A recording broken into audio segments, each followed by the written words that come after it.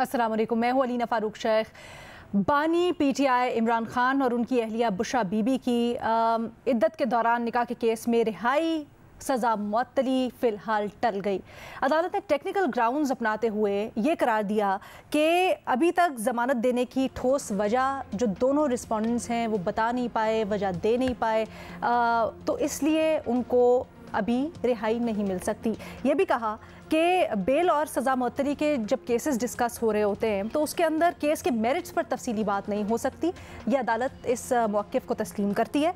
और फिर ये भी कहा क्योंकि एक बुशरा बीबी ने जो दरख्वास्त की थी उनके वकील की जानिब से, वो ये कहा गया था खातून होने के नाते उनको अगर रखना मकसूद नहीं है तो उनको बेल दी जाए।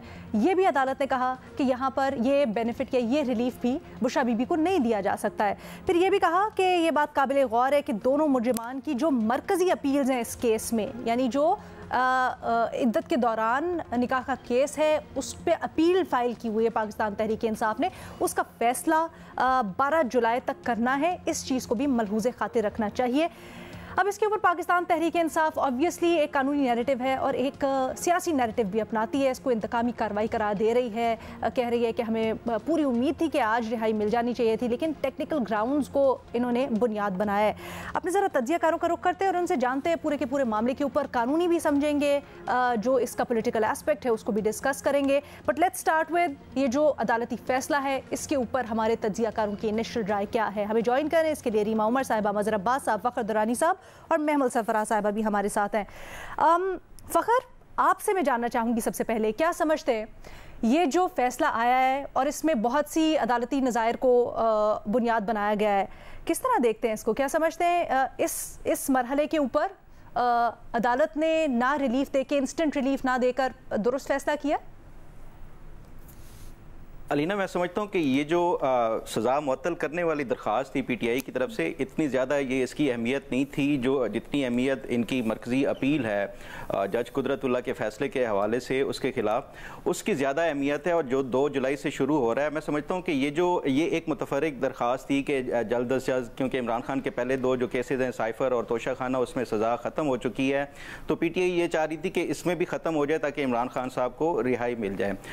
इसलिए मैं समझता हूँ कि इतनी ज़्यादा इसकी अहमियत पॉलिटिकली भी देखा जाए या कानूनी हवाले से भी देखा जाए, जितनी इसकी रिव्यू के हवाले से होगी, जो कि 12 जुलाई को जिस तरह आपने भी बताया उसका फैसला होगा। लेकिन आपको फिर ये भी देखना है कि ये जो फैसला था जज कुदरतुल्लाह का 51 पेजेस का, उसमें देखें ये बड़ी तनकीद होती है कि ये एक ज़ाती मामला है। ये पीटीआई वाले भी ये हाईलाइट करते हैं, मीडिया के ऊपर भी ये कहा जाता है कि ये एक मियाँ और बीवी का ज़ाती मामला है, तो इस हवाले से इसको स्कैंडलाइज किया गया शादी के हवाले से।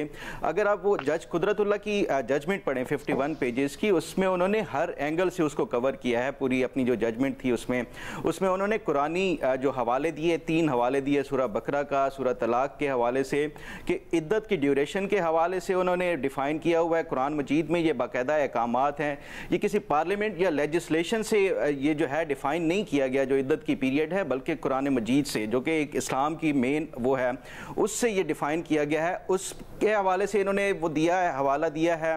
फिर जज ने जो कुदरतुल्लाह ने इस पे फिर उन्होंने जो सुप्रीम कोर्ट का फैसला था अल्लादाद वर्सेस मुख्तार वाला 1992 की जो रिपोर्टेड जजमेंट है, उसमें पीटीआई ने, क्योंकि ये जो मुकदमे के ट्रायल हो रहा था उस पर रिलायंस ही इनकी ज़्यादातर इसके ऊपर थी कि जो सुप्रीम कोर्ट ने फिक्स कर दी थी जो इद्दत की ड्यूरेशन है 39 डेज़, तो इस हवाले से क्योंकि बुशरा बीबी और इमरान खान का निकाह 48 डेज़ में हो गया था, इसलिए वो जो 39 डेज़ वाली सुप्रीम कोर्ट की फिक्स करदा जो मुद्दत है उससे ज़्यादा है, इसलिए ये गैर कानूनी नहीं है।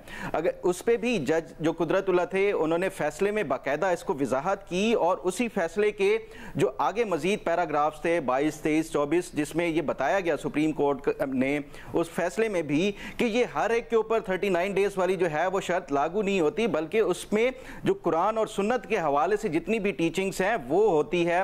39 डेज़ वाली एक स्पेसिफिक फ़िरका या फ़िक्का के हवाले से उन्होंने सुप्रीम कोर्ट ने मेंशन किया था कि ख़ास केस में हो सकता है। तो बाकी मुस्लिम फैमिली लॉस देख लें या जितने भी देखें, आप सियासी तौर पे ये कह सकते हैं कि ये एक जो है कोई अच्छा नहीं किया, मियाँ बीवी के जो एक शादी था उसको स्कैंडलाइज किया गया, लेकिन आपने ये एक राय हो सकती है जब एक कानून मौजूद हो, चाहे वो मुस्लिम फैमिली लॉ हो या बाकी हो, अगर उसकी वायलेशन होती है तो वो चाहे कोई सेलिब्रिटी हो, कोई सियासतदान बयान हो, कुछ भी हो, तो उसको आप उस कॉन्टेक्स्ट में देखेंगे, ना कि ये कि इसको स्कैंडलाइज किया गया है या विक्टिमाइज किया गया है। अगर एक जो अपेरेंटली भी नजर आ रहा है कि वायलेशन हुई है कानून की और जो इस्लामिक टीचिंग्स हैं या उसकी, तो फिर मेरा ख्याल है कि ये किसी की राय हो सकती है कि इसको स्कैंडलाइज नहीं किया जाना चाहिए था, या ये एक मियाँ बीवी के रिश्ता है, उसको पब्लिक इस तरह वो नहीं रिडिक्यूल किया जाना चाहिए था।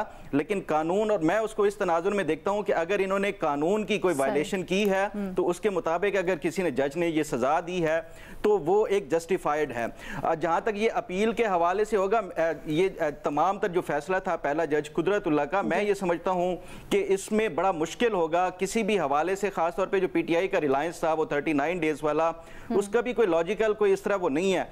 फिर आप ये भी देखें कि जब ये इमरान खान और बुशरा बीबी का इद्दत के दौरान निकाह वाली स्टोरी आई थी, उसमें इमरान खान ने पब्लिकली ना सिर्फ डिनाई किया था कि उनकी शादी नहीं हुई, और उससे पहले ये 7 जनवरी को जब ये उमर चीमा साहब ने एक खबर दी थी दी न्यूज़ में ही कि इद्दत के दौरान इनका निकाह हुआ है, पीटीआई की तरफ से ऑफिशियली एक प्रेस रिलीज 7 जनवरी 2018 को जारी की गई, जिसमें उन्होंने कहा था इमरान खान और बुशरा बीबी की अभी शादी नहीं हुई, अभी इमरान खान ने प्रपोज किया है, बुशरा बीबी ने जो है अभी उसके हवाले से जवाब देना है। फिर 9 जनवरी को इमरान खान ने एक सीरीज ऑफ 6 ट्वीट्स किए, जिसमें उन्होंने ये गटर मीडिया और सारा वो जो है उन्होंने वो मीडिया को टारगेट करके कहा कि उन्होंने एक शादी करने का वो ख्वाहिशमंद है। आप कहना चाह रहे हैं कि डिनाई करके उन्होंने एक जुमरे, वो फ्रॉड के जुमरे में आ जाता है या गुमराह करना?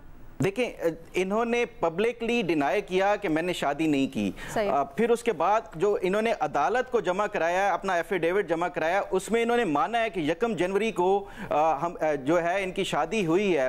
तो एक तो ये पब्लिकली भी झूठ बोला है इन्होंने ये अपनी शादी के हवाले से। फिर जो बाकी जो एक वायलेशन ऑफ जो लॉ है सर्टन, वो तो एक डिफरेंट चीज है। पब्लिकली इन्होंने अपने शादी के हवाले से भी गलत बयान किया। ये बड़ी इंटरेस्टिंग है, क्योंकि फखर कल आप नहीं थे शो में, लेकिन हम इसके ऊपर बात भी कर रहे थे क्योंकि मामला कल इस तरह का छेड़ा, तो हम चाहेंगे रीमा इसके ऊपर जरा अपना व्यू भी दे दे ज्यादा। इसको मजीद डिटेल्स आज या मेरिट तो डिस्कस नहीं हुए, जैसे कि अदालत ने अपने फैसले में भी कहा, लेकिन रीमा क्या आप समझती हैं कि फैसले को देखते हुए अगर इंस्टेंट रिलीफ दे दिया जाता तो वो ज्यादा बेहतर होता, या फिर ये अदालत का फैसला बेहतर है कि इस मामले के ऊपर अपनी राय रिजर्व रखे, अभी इनको इंस्टेंट रिलीफ ना दे, जब आगे अपील्स पे जाके फैसला होगा तो उस वक्त सब कुछ डिस्कस हो जाएगा और उस वक्त फिर अब्दी रिलीफ होगा अगर हुआ? जी शुक्रिया अलीना। 3 इश्यूज हैं जिस पे मैं बात करना चाहती हूँ। पहले क्योंकि फखर ने पूरा कॉन्टेक्स्ट हमें बताया और केस के बारे में बात की, तो पहले मैं उसको एड्रेस करना चाहती हूँ कि पाकिस्तान में तलाक का जो कानून है वो है क्या। उसके बाद मैं जो स्पेसिफिक जजमेंट है जिसमें उन्हें सजा दी गई, कन्विक्ट किया गया, उस पर बात करना चाहती हूँ। और फिर तीसरा suspension of sentence versus appeal, इसकी बात करना चाहती हूँ। सो पहली बात ये कि मैं चाहती हूँ हमारे जो ऑडियंसेस हैं, इस मीडिया पे इस केस में बहुत अनफॉर्चुनेटली मिसलीडिंग रिपोर्टिंग हुई है। सो मैं चाहती हूँ हम क्लैरिफाई कर लें कि पाकिस्तान में जो एप्लीकेबल कानून है जो तलाक को गवर्न करता है वो है मुस्लिम फैमिली लॉज ऑर्डिनेंस। ठीक है, ये 1960s का कानून है। इसमें कहा गया है कि तलाक जब आप देते हैं उसके बाद एक 90 दिन का पीरियड होता है जिसमें ऑफिशियली रियासत जो है वो उस तलाक को रिकॉग्नाइज करती है और जो तलाक है वो ऑफिशियल हो जाती है। उस 90 दिन के पीरियड में आप शादी नहीं कर सकते। ठीक है, ये कानून में है, बिल्कुल दुरुस्त। तो ये कहना कि ये जाती मामला है, मैं इससे एग्री नहीं करती। हमारा कानून और ये प्रोटेक्शन के लिए दिया गया है, क्योंकि तलाक के फौरन बाद अगर आप शादी कर लेते हैं, बच्चों से लेके इनहेरिटेंस से लेके किसी की वफात हो जाए, प्रॉपर्टी, बहुत से ऐसे मामलात हैं जो कॉम्प्लिकेट हो सकते हैं। इसलिए ये जो प्रोविजन है ये हमारे कानून में है। बहुत से और मुमालिक के कवानीन में भी इस तरह की प्रोविजंस है। सो इसको क्लैरिफाई करने की जरूरत है कि ये 90 दिन का पीरियड जो है ये कानून में है, ये किसी का जाती मामला नहीं है, ये जेंडर्ड मामला नहीं है।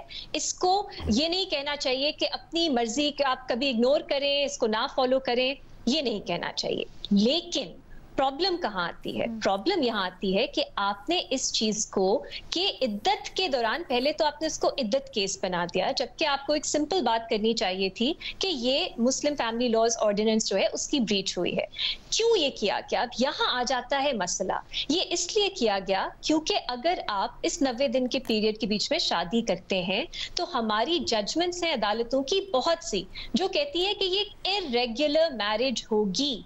ये वॉइड मैरिज नहीं होगी, ये जुर्म नहीं होगा, ये एक इर्रेगुलर मैरिज होगी जिसमें गुंजाइश है कि जो भी मसले आए प्रोसीजरल आप उसे ओवरकम कर सके। और इस केस में हमने देखा कि बाद में फिर से निकाह जो है वो हुआ, तो वो जो इर्रेगुलरिटी थी उसको ओवरकम कर दिया गया।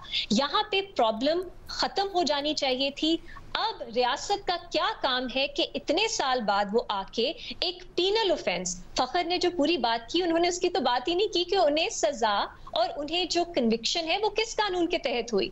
वो किसी शरिया के कानून के तहत नहीं हुई, वो मुस्लिम फैमिली लॉज ऑर्डिनेंस के तहत नहीं हुई, वो सेक्शन 496 पीनल कोड की हुई है। अब इससे मुझे सख्त इख्तलाफ है क्योंकि ये जो प्रोविजन है ये इस सिचुएशन में अप्लाई ही नहीं करती। अगर आप सेक्शन 496 पढ़ें, ये फ्रॉड की प्रोविजन है कि आपने एक फ्रॉड दिखाया, फ्रॉडुलेंटली आपने एक मैरिज सेरेमनी दिखाई लोगों को बेवकूफ बनाने के लिए, ये दिखाने के लिए कि आपकी शादी हो रही है, लेकिन असल में आपने शादी नहीं की। इसके पीछे वजूहात बहुत सी हो सकती हैं, लेकिन इस पे जो कमेंट्री हुई है, जो इंडिया में भी यही कानून है, उस अब इस्तेमाल तो होता नहीं है, रिडंडेंट है एक तरह से, लेकिन जो जजमेंट्स आपको मिलती है वो इस तरह होती है कि आपने एक शादी की पूरी सेरेमनी कर ली, आपने लोगों को बुला लिया, पूरा आप तैयार हो गए, लेकिन असल में आपने शादी नहीं की। अपने पार्टनर को धोखा देने के लिए या किसी और को धोखा देने के लिए, प्रॉपर्टी के लिए, किसी और मटेरियल इंटरेस्ट के लिए आपने सेरेमनी की, लेकिन असल में आपको पता है कि आपने शादी नहीं की। ये इसका मंतक है, ये इस कानून इस तरह की सिचुएशंस में अप्लाई होता है, इसलिए इसमें 7 साल की सजा है जो बहुत सीरियस सजा है। इस पे जो कमेंट्री भी हुई है इस कानून पे, इस पे जो प्रेसिडेंट्स मौजूद है, और ये पाकिस्तान में इस high court supreme court level पे तो प्रेसिडेंट्स भी मौजूद नहीं है, क्योंकि ये इस तरह का एक ऐसा प्रोविजन आपने पीनल कोड से ढूंढा, क्योंकि मकसद ये नजर आता है कि आपने ना सिर्फ बुशरा बीबी को बल्कि इमरान खान साहब को भी सजा देनी थी, इसलिए आपने फ्रॉडुलेंट मैरिज जो है उसका सेक्शन लगा दिया उनको सजा देने के लिए। अब ये है अलीना प्रॉब्लम। और जब ये बात शुरू हुई फिर हमने देखा अदालती कार्रवाई में ऐसी ऐसी बातें सामने आई जो बहुत अनकंफर्टेबल थी, जो किसी की भी राइट टू प्राइवेसी के खिलाफ है। और जो आपने जजमेंट का फखर ने हवाला दिया, उन्होंने बात नहीं की कि जजमेंट में ये भी डिस्कस होता रहा कि अगर आप ना महरम मर्द और औरत हैं तो आप अकेले में क्यों मिल रहे हैं। ये क्या रियासत या अदालत का काम है हमें बताना, मॉरल पुलिसिंग करना कि कौन शख्स किससे अकेले में मिल रहा है या नहीं मिल रहा। अब इंपॉर्टेंट चीज ये है कि इस जजमेंट को दुरुस्त होने की जरूरत है। ये हमारे प्रेसिडेंट के तौर पे कहीं फॉलो नहीं होना चाहिए और हाई कोर्ट में इस पे क्लैरिटी आनी चाहिए कि ये प्रोविजन ऐसे मामलात में अप्लाई नहीं करती। जो मुस्लिम फैमिली लॉज ऑर्डिनेंस है वो जब आई, उसमें पहले खवातीन के खिलाफ बहुत इस्तेमाल किया जाता था कि बिगमी या जिना, इस तरह की जो ऑफेंसेस है उसमें उन्हें फंसा दिया जाता था। उसको अब खत्म करने की जरूरत है। इसका बिल्कुल ये मतलब नहीं है कि आप मुस्लिम फैमिली लॉज ऑर्डिनेंस जो है वो फॉलो ना करें, उसको फॉलो करना चाहिए, वो भी एक प्रोटेक्शन देता है कानून, लेकिन उसकी ब्रीच एक जुर्म नहीं है। मैं बार बार ये कहना चाहती हूँ, उसकी ब्रीच आपकी शादी को इरेगुलर बना सकती है और इरेगुलरिटी खत्म करने के लिए तरीके अदालतों ने दिए हुए हैं। ये एक अनोखी किस्म का केस बन गया हमारे सामने जिसमें एक ऐसा कानून जो कभी इस्तेमाल नहीं हुआ पाकिस्तान में, मैं एटलीस्ट फेमिलियर नहीं हूँ किसी भी केस से, वो आपने इस्तेमाल कर दिया, जिसका मकसद यही नजर आता है कि आपने बुशरा बीबी, इमरान खान साहब को ह्यूमिलिएट करना था और उन्हें आपने सजा देनी थी 7 years इम्प्रिजनमेंट की। ये हो गया दूसरा मामला। मैं रिपीट करना चाहती हूँ क्योंकि मैं नहीं चाहती कोई कंफ्यूजन रहे। इरेगुलर मैरिज सही नहीं है, इसको कंडोन या इसको नहीं कहना चाहिए प्राइवेट मामला है, लेकिन इरेगुलर मैरिज या इद्दत के दौरान या 90 दिन के पीरियड के दौरान जो कानून में है, जब तक आपकी डिवोर्स फाइनलाइज नहीं होती, वो एक जुर्म नहीं है और जो जुर्म बनाया गया इसे वो अप्लाई ही नहीं करता। इसलिए हाई कोर्ट में मैं नहीं देखती या अपील में ये सजा या ये कन्विक्शन बरकरार रहेगी। अब तीसरा मामला सस्पेंशन का। Suspension of sentence as a matter of right आप मोस्ट केसेस में नहीं मांग सकते, उसमें अदालत की एक डिस्क्रेशन होती है। वो कॉन्टेक्स्ट को देख के अगर नाइंसाफी हो रही हो वो आपकी सजा सस्पेंड कर सकते हैं। कन्विक्शन वही रहती है, सजा सस्पेंड हो सकती है। अब इस पे हमारी अदालतों के, सुप्रीम कोर्ट्स, हाई कोर्ट्स के बहुत कॉन्ट्रडिक्टरी फैसले हैं, तो उसमें जो जजेस हैं उनके पास काफी गुंजाइश है कि जो फैसला उन्हें पसंद है उसको इस्तेमाल करके वो अपनी जो जजमेंट है उसको जस्टिफाई कर सकते हैं। लेकिन मैं आपको याद दिलाना चाहूंगी कि जब अतर मिनिला साहब ने नवाज शरीफ, मरियम नवाज के सेंटेंस से सस्पेंड किए थे एवनफील्ड जजमेंट में, तो 5 मेंबर बेंच था, if I am not mistaken, supreme court का, जो जस्टिस खोसा ने, मेरा ख्याल है, वो जजमेंट लिखी थी। उन्होंने कहा था कि अगर आपकी अपील जो है वो लग गई है हेयरिंग के लिए, तो फिर ये जो एक वजह होती है कि आप सेंटेंस सस्पेंड करें कि कोई भी कॉन्विक्ट जो है वो मजीद एक कमजोर केस में ना जेल में रहे, उनके साथ ये नाइंसाफी ना हो, इसलिए सेंटेंस सस्पेंड किया जाता है। उन्होंने कहा अगर अपील ही आपकी लग गई है तो फिर वो रीजनिंग अप्लाई नहीं होती, क्योंकि अपील में आपको रिलीफ मिल सकती है। तो ये जस्टिस खोसा की जजमेंट थी जिसमें उन्होंने ये बात की कि अगर अपील लग गई तो सेंटेंस सस्पेंड होने का की रीजनिंग नहीं सामने आती, वजह सामने नहीं आती।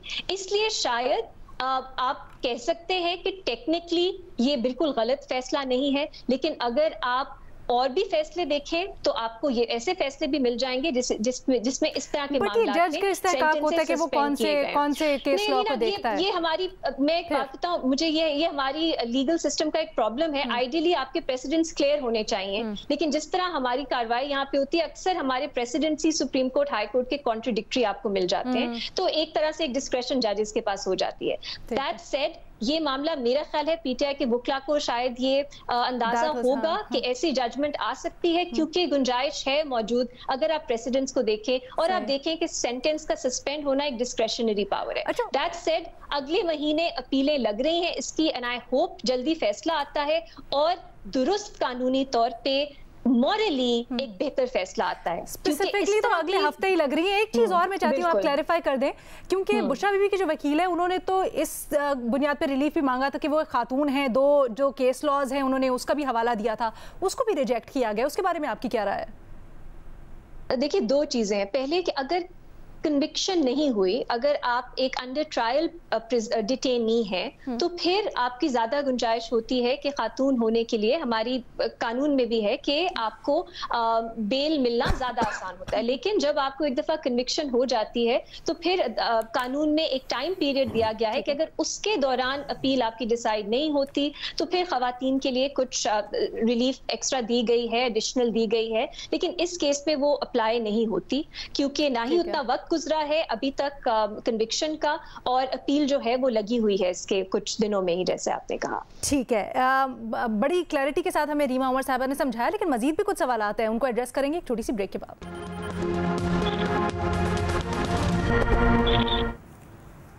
Welcome back. हम डिस्कस कर रहे हैं आज जो रिहाई टल गई है खान साहब और बुशरा बीबी की, और जो सज़ा मुअत्तली का फैसला था उसके ऊपर हमारे तजियाकारों के इनिशियल कमेंट्स क्या हैं और इससे फिर देयरफॉर जो चीज़ें निकलती हैं। महमल, क्या आपकी इसके ऊपर राय है? क्या समझती हैं कि कुछ ना कुछ गुंजाइश अगर निकल रही थी, खासकर बुशरा बीबी की, वो निकाली जानी चाहिए थी?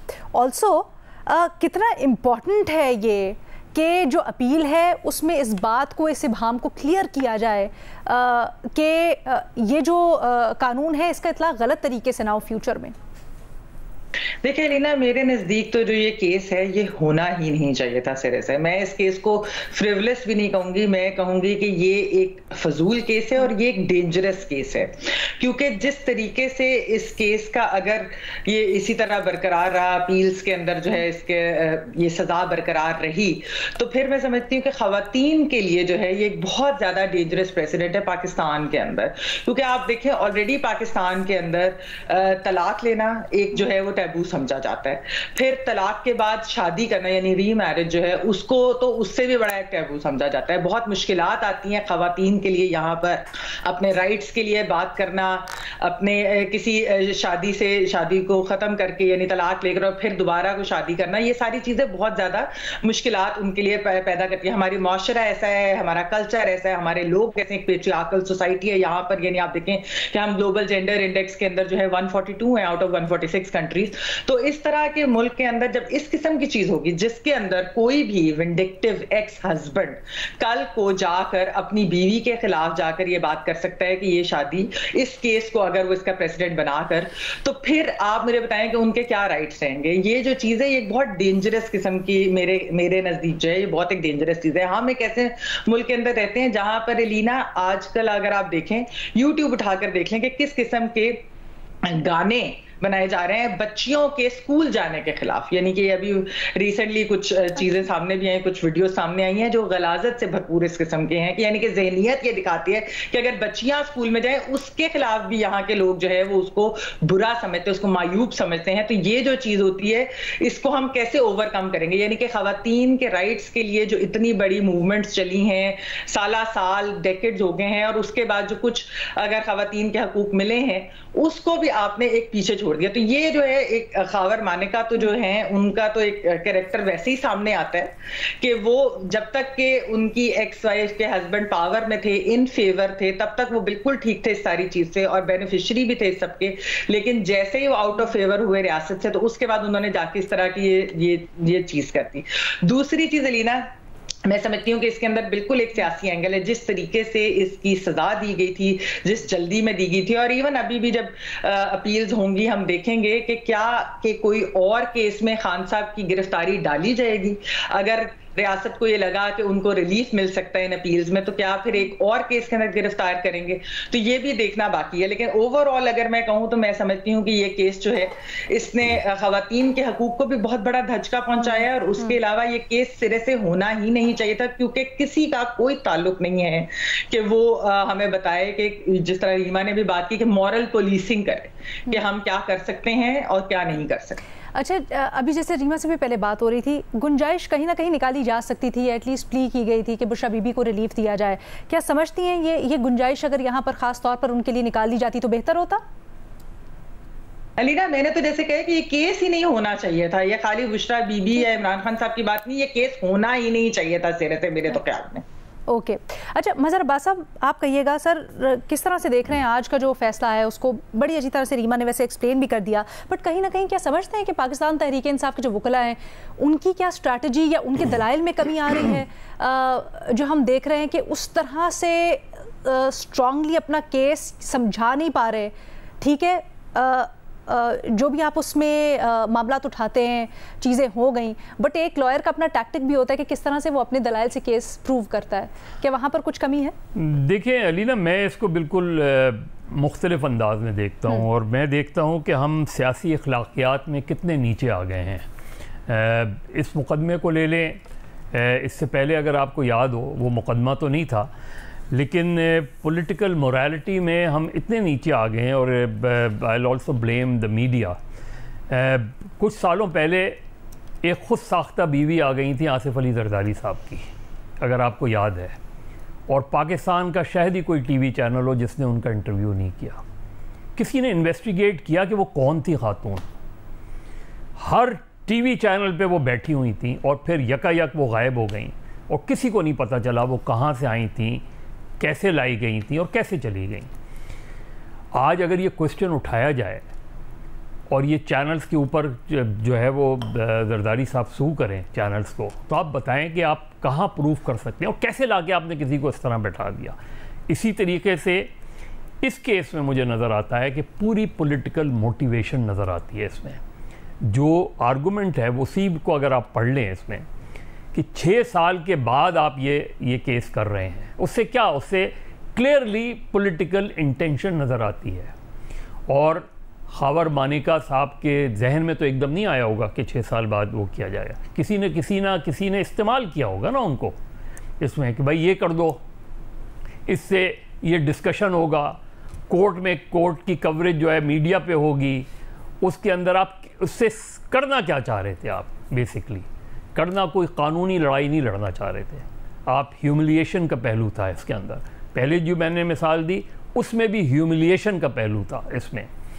ये जो हमारे यहाँ ये जो हम पॉलिटिकल राइवलरी में इस हद तक गिर गए हैं कि हम पर्सनल लेवल पर कुछ भी हो जाए, आप चाहे वो मरियम नवाज़ साहिबा हों, XYZ हों, सोशल मीडिया को तो रहने दें, मैं तो मेन स्ट्रीम मीडिया की बात कर रहा हूँ कि ये मेन स्ट्रीम मीडिया में हमने कौन से मॉरल स्टैंडर्ड सेट किए हैं अपने लिए, कौन से एथिकल स्टैंडर्ड सेट किए हैं कि क्या चीज़ हमें रिपोर्ट करनी चाहिए और क्या चीज़ नहीं रिपोर्ट करनी चाहिए। सर देखिए यहाँ स्पेसिफिकली आपकी क्या एक्सपेक्टेशन थी मीडिया से कि क्या करता? मुझे बता दें, आसिफ अली जरदारी वाले केस में बता दें। चले सर, पीछे की जो बात होगी, ये पीछे नहीं, रिलेटेड है। देखिए, ये पॉलिटिकल मोरालिटी की बात है, बेहतर समझने के लिए। नहीं, मैं यही पूछ रहा हूँ ना, रिपोर्ट ही ना करते, नहीं, बिल्कुल समझने के लिए, ताकि हमारे जो तालिब इल्म दो चीजें, मैंने कोर्ट रिपोर्टिंग की है, मैंने कोर्ट रिपोर्टिंग की है और मैंने इस तरह के केसेस की भी रिपोर्टिंग की है।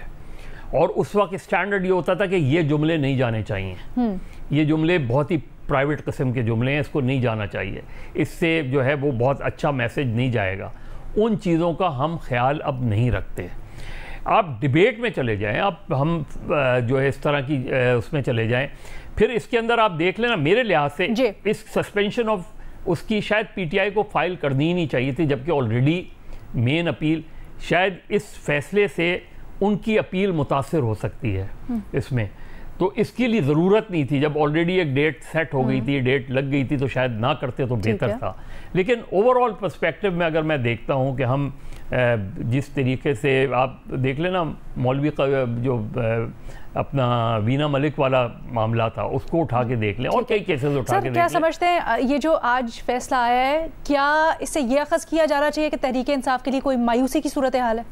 मेरा नहीं ख्याल, लेकिन तहरीक इंसाफ शायद आज बहुत ज़्यादा एक्सपेक्ट कर रही थी कि शायद इमरान खान और बुशरा बीबी को रिलीफ मिल जाएगा। इसीलिए आप देखें कि उनका जो रिएक्शन था, आज से 1-2 दिन पहले उनका रिएक्शन ये था कि वो 27 को रिहा हो रहे हैं, और आज उनका रिएक्शन बिल्कुल है कि ये सारा फैसला जो है वो उससे, तो वो मुझे वो लगा कि पीटीआई शायद बहुत ज़्यादा एक्सपेक्ट कर रही थी कि, और वो नहीं हुआ तो उनको पर्सनल एक्सपेक्टेशन अगर उनकी बहुत ज़्यादा थी तो उसके हिसाब से मायूसी, उनके नुक्ता नज़र से एक सेटबैक हुआ है कि शायद वो गलत समझ रहे थे, लेकिन मेरे नुक्ता नज़र से शायद उनको ये अपील करनी ही नहीं चाहिए। रीमा, इसके ऊपर ज़रा हमें क्विकली अगर आप गाइड कर सके, क्या बेहतर कानूनी स्ट्रेटजी होती कि मरकजी अपील को ही चलने दिया जाता और सारी कॉन्सेंट्रेशन वहाँ पर रखी जाती, और बेल के लिए, सस्पेंशन ऑफ सेंटेंस के लिए ना जाया जाता?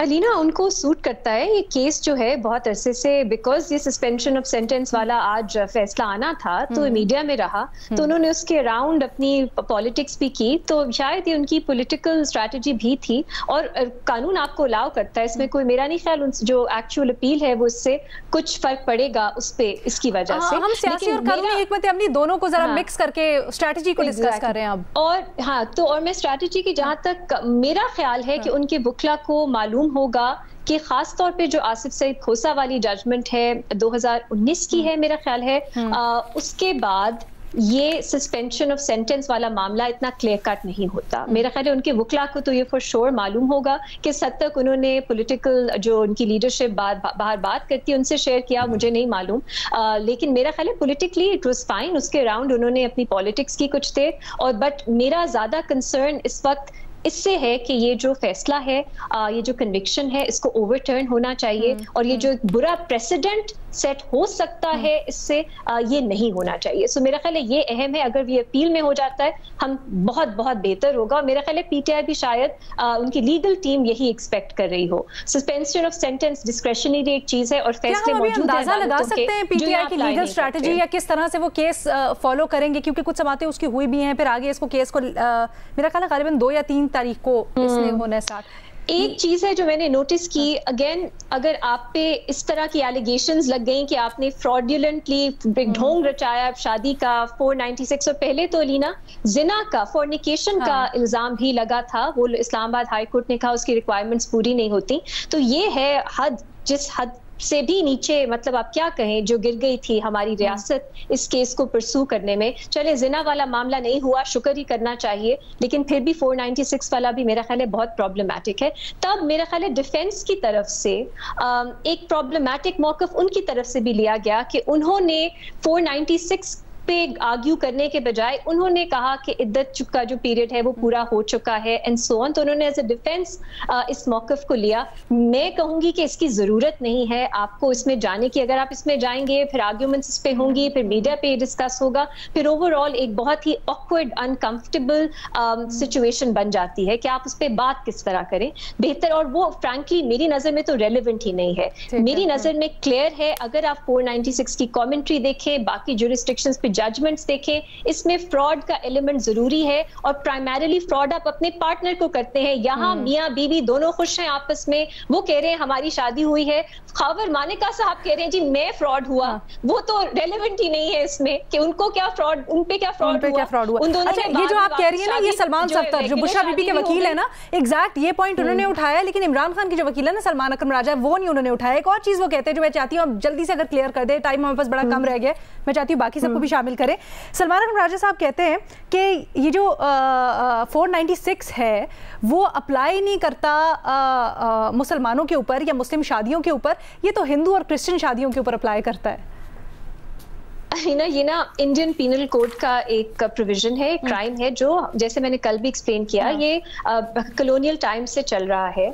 ये अगर आप इसको इस तरह इंटरप्रेट करेंगे, मैं इस आर्ग्यूमेंट से एग्री नहीं करती। मेरा ख्याल है चाहे आपकी मुस्लिम शादी हो, कोई और शादी हो, ये डील करता है। आप खुद सोचे, इस पे फिल्में भी बनती हैं। आपने एक पूरी से लोगों को बुला लिया, आप दुल्हा बन गए, आपने किसी को दुल्हन बना लिया, असल में आपने शादी नहीं की, आपके मकासद कुछ और हैं। इसके पीछे वो फ्रॉड वाला एलिमेंट होता है। ये आपका मजहब जो भी हो, आप ये फ्रॉड कर सकते हैं, लेकिन अब इतने और कवानीन हैं जो इस तरह की सिचुएशंस को कवर करते हैं। मेरा ख्याल है ये प्रोविजन रिडंडेंट हो चुका है। ये इतना पुराना प्रोविजन था जो एक स्पेसिफिक कॉन्टेक्स्ट में आया था, जिसके ऊपर हम आ रहे थे सबसे पहले, भारत में भी इस तरह की नहीं होती, ऊपर से इस मामले को क्रिमिनलाइज कर देना और साथ-साथ इसके ऊपर सजा दे देना, ये तो बहुत ही मायूब है। मेरा मौक़िफ़ ये है कि ये मामला इसमें आता ही नहीं है। 496 एक बिल्कुल डिफरेंट सिचुएशन, डिफरेंट एक उसका मंतक है कि आप अपने पार्टनर को डिसीव कर रहे हैं, शादी लग रहा है। यहाँ पे इनफैक्ट कॉन्ट्रडिक्शन देखें, हम कह रहे हैं कि उन्होंने शादी छुपाई,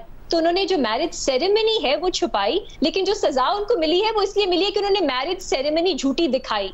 तो आपस में खुद भी रियासत क्लियर हो जाए कि क्या वो कह रहे हैं। उनको प्रॉब्लम इससे है कि उन्होंने छुपाया या कि उन्होंने झूठी सेरेमनी दिखाई। मतलब कॉन्ट्रडिक्शंस पे आप जाएं तो एक के बाद एक पहाड़ बन जाएगा कॉन्ट्रडिक्शंस का। फखर दुरानी साहब, आप कुछ कहना चाह रहे हैं काफी देर से। अलीना, मैं जो रीमा ने अभी लास्ट में एक बात की है कि फ्रॉडुलेंट जो मैरिज है, इसमें खावर मनिका के साथ क्या फ्रॉड हुआ। देखें, लीगली रीमा ने ही शुरू में बताया कि जो ज़्यादा से ज़्यादा ये मुस्लिम फैमिली लॉ की जो क्लॉज 7 है उसकी वायलेशन थी, जिसके तहत इरेगुलर शादी ये डिक्लेयर की जा सकती थी, 496 वाला। देखें, लीगली तो वो खावर मनिका की वाइफ थी जब इनकी शादी हुई है। 90 डेज वाला वो जो है वो तो हुआ ही नहीं है। तो ये इमरान खान के साथ तो फिर ये फ्रॉडुलेंट हो जाती है ये शादी। तो मुझे नहीं समझ आ रही कि ये रीमा उमर साहिबा कैसे उसको वो जस्टिफाई कर रही हैं। एक तरफ वो कह रही हैं कि ये वायलेशन है जो मुस्लिम फैमिली लॉ है उसकी। फखर समझ लेते हैं हम रीमा से, रीमा एक्सप्लेन कर देगा जल्दी से हमें। तो अलिया देखिए, ये चीजें तो खावर मनिका की वाइफ थी जब तक 90 डेज पूरे नहीं होते। जी सर, जी रीमा। फखर, आप बहुत जरूरी है कि जब हम किसी कानून पे कमेंट्री करें, हम सिर्फ उसका टेक्स्ट नहीं पढ़ें, हम उस पे जो जजमेंट्स हैं वो पढ़ें। अगर आप बहुत सी आपको हाई कोर्ट्स की जजमेंट्स मिल जाएंगी, मेरा ख्याल 1-2 साल पहले लाहौर हाई कोर्ट की भी जजमेंट है कि ये जो सेक्शन 7 की रिक्वायरमेंट्स हैं, ये 90 दिन की, अगर ये पूरी नहीं होती तो शादी आपकी इरेगुलर होती है, वो वॉइड नहीं होती। वॉइड शादी अगर हो, फिर आप ये आर्ग्यूमेंट कर सकते हैं कि वो उनकी बीवी ही नहीं थी, ये थी, वो थी। फिर आप ये भी आर्ग्यू करेंगे कि ज़िना हुआ। जो फर्स्ट मैरिज थी उनकी खावर मनिका और उसकी, वो कह रही है शादी, वो कह रहे हैं शादी जब चल रही थी, शादी वो खत्म ही नहीं होगा, वो रुजू के पीरियड में, जब वो शादी खत्म ही नहीं हुई तो वो फिर कैसे। जी फखर, यही हमारी अदालतें कहती हैं कि जो डिवोर्स का पीरियड जो 90 दिन का होता है उसमें ऑफिशियल हो जाती है डिवोर्स। अगर ऑफिशियल होने से पहले एक और शादी हो जाए तो उसको कहते हैं इरेगुलर मैरिज। अगर आप प्लीज समझे मैं क्या कह रही हूँ, और इस पे एग्जैक्टली इस पॉइंट पे हमारी जजमेंट्स मौजूद हैं कि वो जो भी प्रोसीजरल प्रॉब्लम थी, अगर वो ओवरकम हो जाए, यहाँ पे वक्त का था ना, मुद्दत का था, उसके बाद जो फिर से निकाह पढ़ दिया, पढ़ लिया उन्होंने, एक और भी कंडीशन है कि वो जो मुतलका यूनियन काउंसिल होगी वो एक मसालियाती कमेटी बनाएगी जो आपस में रिव्यू के लिए दोनों साइडों को वो अप्रोच करेगी। फिर भी वो नहीं करते 90 डेज के अंदर, तो उसके बाद जो है एक तलाक फाइनलाइज, एक लीगल वो होगा। जब ये तमाम जो प्रोसीजर ही नहीं हुआ तो तलाक का प्रोसेस जो है वो कैसे कंप्लीट होगा। 1 मिनट फखर, अब रीमा की सुन रहे। रीमा, जब तलाक, फखर बेसिकली कहना चाह रहे तलाक हुई नहीं तो निकाह पे निकाह का केस वो तो बेसिकली बना रहे हैं फखर। अलीना, यहाँ लेकिन बिगमी का केस तो नहीं बना ना, यहाँ 496 का बना। मैंने फिर से मुझे एक्सप्लेन करने दीजिए। एग्जैक्टली इसी इशू पे हमारी हाई कोर्ट्स की बहुत सी जजमेंट्स मौजूद हैं कि अगर वो 90 दिन का पीरियड पूरा नहीं होता, अगर उससे पहले ही ये जो सब ऑप्शंस उन्होंने दी कि आपके पास एक वक्त होता है कि आप वापस सुलह कर लें एंड सो ऑन, अगर ये पूरा नहीं होता तो अगर आपने फिर से शादी कर ली उस दौरान तो क्या होता है। हमारी अदालतों के फैसले हैं, 1-1.5 साल पहले लाहौर हाई कोर्ट का फिर से इस पे फैसला आया कि वो शादी वॉइड नहीं होती। आपको ये नहीं तसव्वुर किया जाएगा कि आपकी पहली जो शादी है वो चल रही है और आपने फिर से शादी की, बिगमी की, जिना किया, 496 नहीं, अदालत ने कहा वो शादी इर्रेगुलर होगी और आपको मौका दिया जाएगा कि आप जो भी प्रॉब्लम्स थी प्रोसीजरल उनको ओवरकम कर लें। मैं क्लियरली ये बता सकती हूँ, अदालत ने साफ साफ कहा, अगर आप चाहते हैं तो मैं वो एक्सर्प्ट्स निकाल के पढ़ के आपको जजमेंट से बता देती हूँ। कहीं हमारी जूरिस्प्रूडेंस में ये नहीं है कि ये फ्रॉड है, इसलिए मैंने पहले कहा कि ये कोई अच्छी प्रैक्टिस नहीं है, ये कानून की ब्रीच जरूर है। लेकिन ये दो लोगों का आपसी मामला है, ये दो लोगों का आपसी मामला है, उसमें एट दैट टाइम तो कुछ हुआ ही नहीं। अगर तब वो ये केस जाता तो तब हम देखते हैं अदालतें क्या कह रही हैं। 5-6 साल बाद इसको 496 जो कि एक जुर्म है, जुर्म होता है रियासत के खिलाफ, उसको अगर आप बीच में ले आए, that is where the problem is. इसमें फ्रॉड ये नहीं, आपने क्या फ्रॉड किया खबर मानिका के साथ, उनकी एट दैट टाइम मुझे एक चीज बताइएगा, हो सकती मुझे एक चीज बताइएगा, जो बुनियादी मैं पॉइंट फखर का समझी हूँ, उसमें एक चीज ये भी कि जो रुजू का पीरियड होता है, यानी अगर दो लोगों के दरमियान में मामलात नहीं चल रहे हैं या एक को इंप्रेशन है कि तलाक हो गई या मामलात नहीं है सही, तो जो रुजू का पीरियड होता है वो 90 डेज तक तलाक का। अब वो रुजू का पीरियड क्या, उसकी डेफिनेशन के लिए मजीद वजाहत जरूरी है या अपील में फैसले में एड्रेस किया जाएगा, या फिर आप समझती हैं कि वो जो चीज़ है वो एज इट इज़ कबूल की जानी चाहिए और उसके ऊपर जो जिरा हो रही थी वो अलग थी बात? अलीना, होता ऐसा है कि जैसे कल भी आपने पूछा कि शरीयत में तो ऐसा है, हमारे यहाँ शरीयत खुद से सेल्फ इन्फोर्सिंग नहीं है। आपने जो कानून है, अक्सर अदालतें उस कानून की इंटरप्रिटेशन में देखती हैं कि मुख्तलिफ उलेमा ने या शरीयत किसी चीज़ के बारे में क्या कहती है, अक्सर डिफेंस के तौर पे इस्तेमाल होता है। और पाकिस्तान में ख़ास तौर पे शादी डिवोर्स में ये पैरेलल सिस्टम्स चल रहे होते हैं। बहुत से लोग हैं जो अपनी शादी भी रजिस्टर नहीं कराते, तलाक तो दूर की बात। तो ये जब कानून भी आया, इसके पीछे मंतक ये था कि आप अपनी निकाह, अपना डिवोर्स, इस सबको रजिस्टर करें। लेकिन अदालतों में अभी भी ऐसा होता है कि एक लीनियंट व्यू लिया जाता है। अगर कोई इस्लामिक आर्गुमेंट रेज की जाए और उसके अंदर जो शादी है उसको पहली बात रिकॉग्नाइज फिर भी कर लिया जाता है, रेट्रोस्पेक्टिवली कर लिया जाता है, जो तलाक है उसको भी रिकॉग्नाइज कर लिया जाता है, और अगर मजीद एक और शादी हो गई है उसको इरेगुलर मैरिज करके उसको भी पूरे रिक्वायरमेंट्स कर ली जाती है। सो ओवरऑल हमारी जो अदालतों का इस पे एक पर्सपेक्टिव रहा है, जो हमारी जूरिस्प्रूडेंस है, वो है कि अगर दूसरी शादी हो गई है आप उसको लीगलाइज कर लें, उसको एक तरीके निकालें कि वो रेगुलराइज हो जाए। रीमा, ये जो 6 साल का गैप है, ये इससे बजाते खुद ये पॉलिटिकली मोटिवेटेड केस नहीं लगता? सर वो तो आपस में आप लोग डिस्कस करते हैं। मैं व्यूअर्स के लिए भी क्लैरिफाई करना चाह रही हूँ कि ये हमने लॉ की जो प्रोविजंस है ये फॉलो करनी चाहिए, लेकिन क्योंकि केसेस में नहीं होती इसलिए अदालतों ने गाइडेंस दी हुई है, और अदालतें यही कहती हैं कि जो दूसरी शादी हुई, पीरियड पूरा 90 डेज खत्म होने से पहले उसको रेगुलराइज करने का मौका दिया जाएगा, और इस इंस्टेंस में वो हो गया है। अब ये इतनी पुरानी बात है, ना कोई कस्टडी का इशू उसमें, ना प्रेगनेंसी का, ना प्रॉपर्टी का, ना किसी की डेथ हो गई, ऐसे मामला अदालत के पास जाते हैं। वैसे तो हम बहुत डाइग्रेस तो नहीं, एक चीज लेकिन सॉरी, एक आखिरी बात मैं फखर से पूछूं। फखर, ये जो आपने ब्रीच की बात की है कि जो 90 day period Muslim family laws ordinance की, आप मुझे उस लॉ में दिखा दें कि 7 साल की सजा कहाँ है इसकी?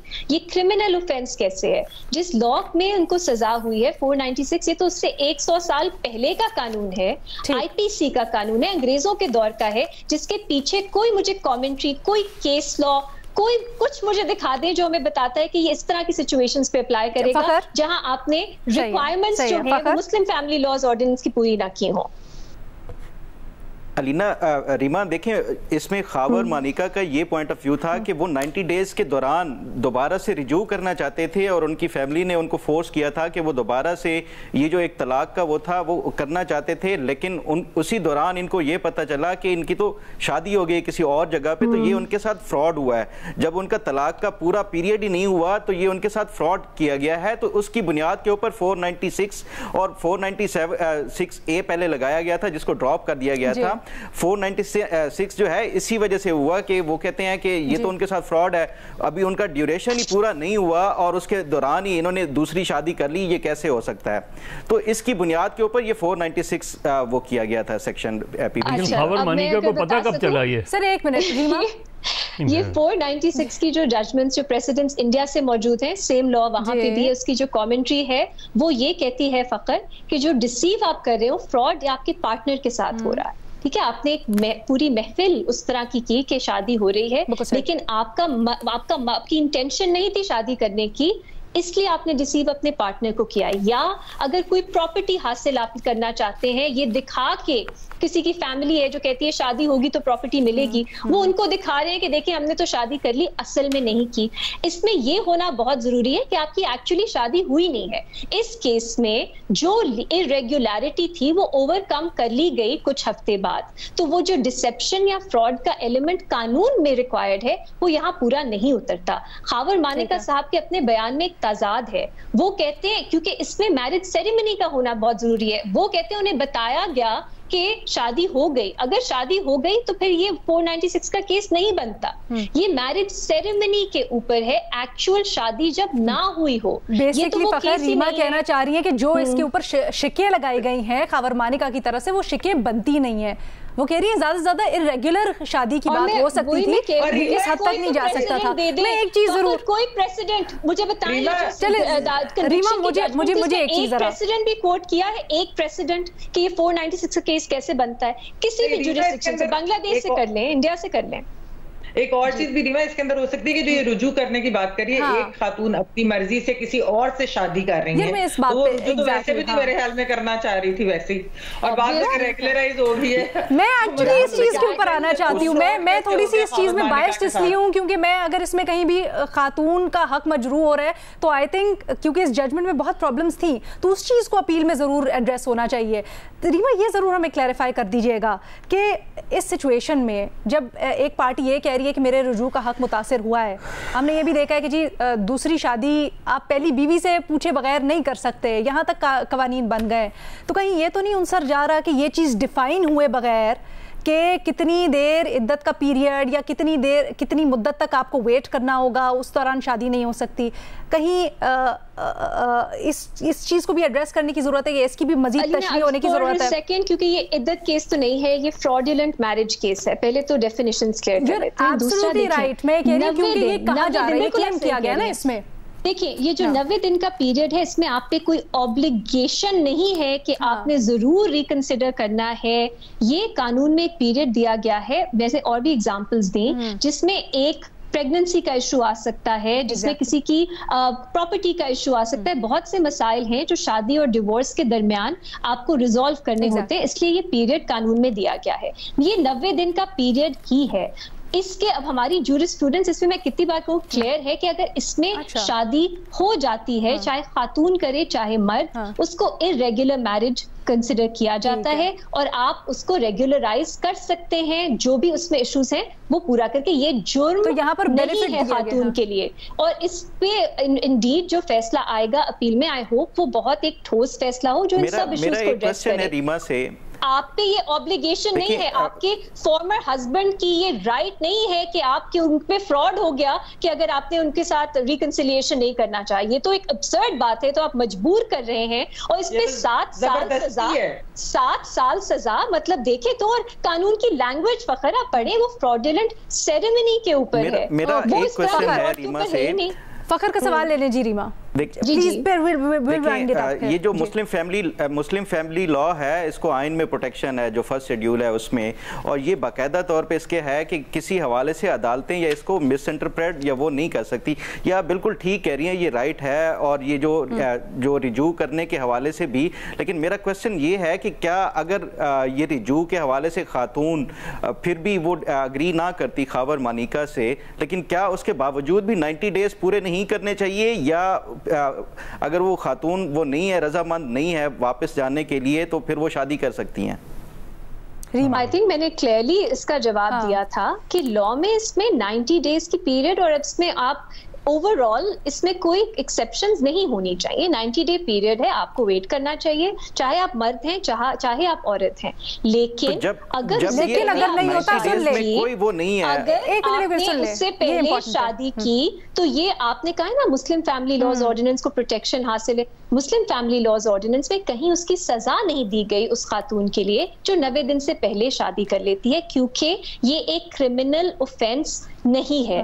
बाकी हम डिबेट कर सकते हैं कितना अच्छा है कितना बुरा है सब, लेकिन यहाँ पे क्योंकि एक सजा सेक्शन 496 के तहत दी गई है, ये मुस्लिम फैमिली लॉज ऑर्डिनेंस से 100 साल पुराना कानून है, तो आप ये नहीं कह सकते बेसिकली रीमा ये कहना चाह रही हैं जो इन्होंने दरमियान में कहा कि अगर ऐसा हो भी गया है, यानी 90 दिन के दौरान रुजू के पीरियड में अगर हो भी गया है, तो उसकी सजा वो क्रिमिनल केस नहीं बनता, वो इर्रेगुलर मैरिज का केस बनेगा, और उसमें सजा नहीं है, उसमें सिर्फ इतना सा है कि आप या तो अलग शिकें आती हैं और अलग होता है कि जी या तो मैरिज को ठीक कर लें, आप दोबारा से करवा लें, ये खातून को लीनियंसी दी गई है, इस तरह से कह सकते हैं आप। हाँ, और आप अदालतें कह चुकी हैं आप अपने पहले हस्बैंड की बीवी नहीं होंगी, आपकी जो शादी है दूसरी वो गैर इस्लामिक भी नहीं होगी, गैर कानूनी भी नहीं होगी, वो सिर्फ इरेगुलर मैरिज होगी जिसको आप करेक्ट कर सकेंगे। यही मसला है। अगर बात इतनी होती तो हम इस पे ज्यादा फैमिली लॉ पर्सपेक्टिव से बात कर सकते। अब जब आप बीच में क्रिमिनल लॉ ले आए हैं तो फिर आपने 496 का हर लफ्ज जो है उसको प्रूव करना है, जो इस फैसले में कहीं नहीं किया गया, कहीं पे भी नहीं किया गया। आई थिंक बड़ी अच्छी हमने इसके ऊपर डिबेट को रिफर कर देते, उन्होंने भी नहीं किया। फ़खर मेरा ख्याल है इसको बेहतर तरीके से समझना चाह रहे थे, फ़खर बेहतर तरीके से समझना चाह रहे थे, लेकिन हमने बड़ी इन डिटेल बात की है, और रीमा ने हमें समझा भी दिया कि कहाँ पर किस चीज़ की वजाहत ज़रूरी है और कहाँ पर चीज़ वाज़े है, और लीनियंसी भी देता है कानून हमारा जो मौजूदा है उसके अंदर। लेकिन अब ये डिपेंडेंट है सारा का सारा मामला कि किस तरफ जाती है अपील, क्या दलाइल दिए जाते हैं पाकिस्तान तहरीक इंसाफ के वकला की जानिब से, बुशरा बीबी और इमरान खान के वकला की जानिब से, और क्या फ़ैसला आता है फिर जी 12 तारीख को, उसके ऊपर भी हम नज़र रखे हुए हैं। आज के लिए इतना ही, अल्लाह हाफ़िज़।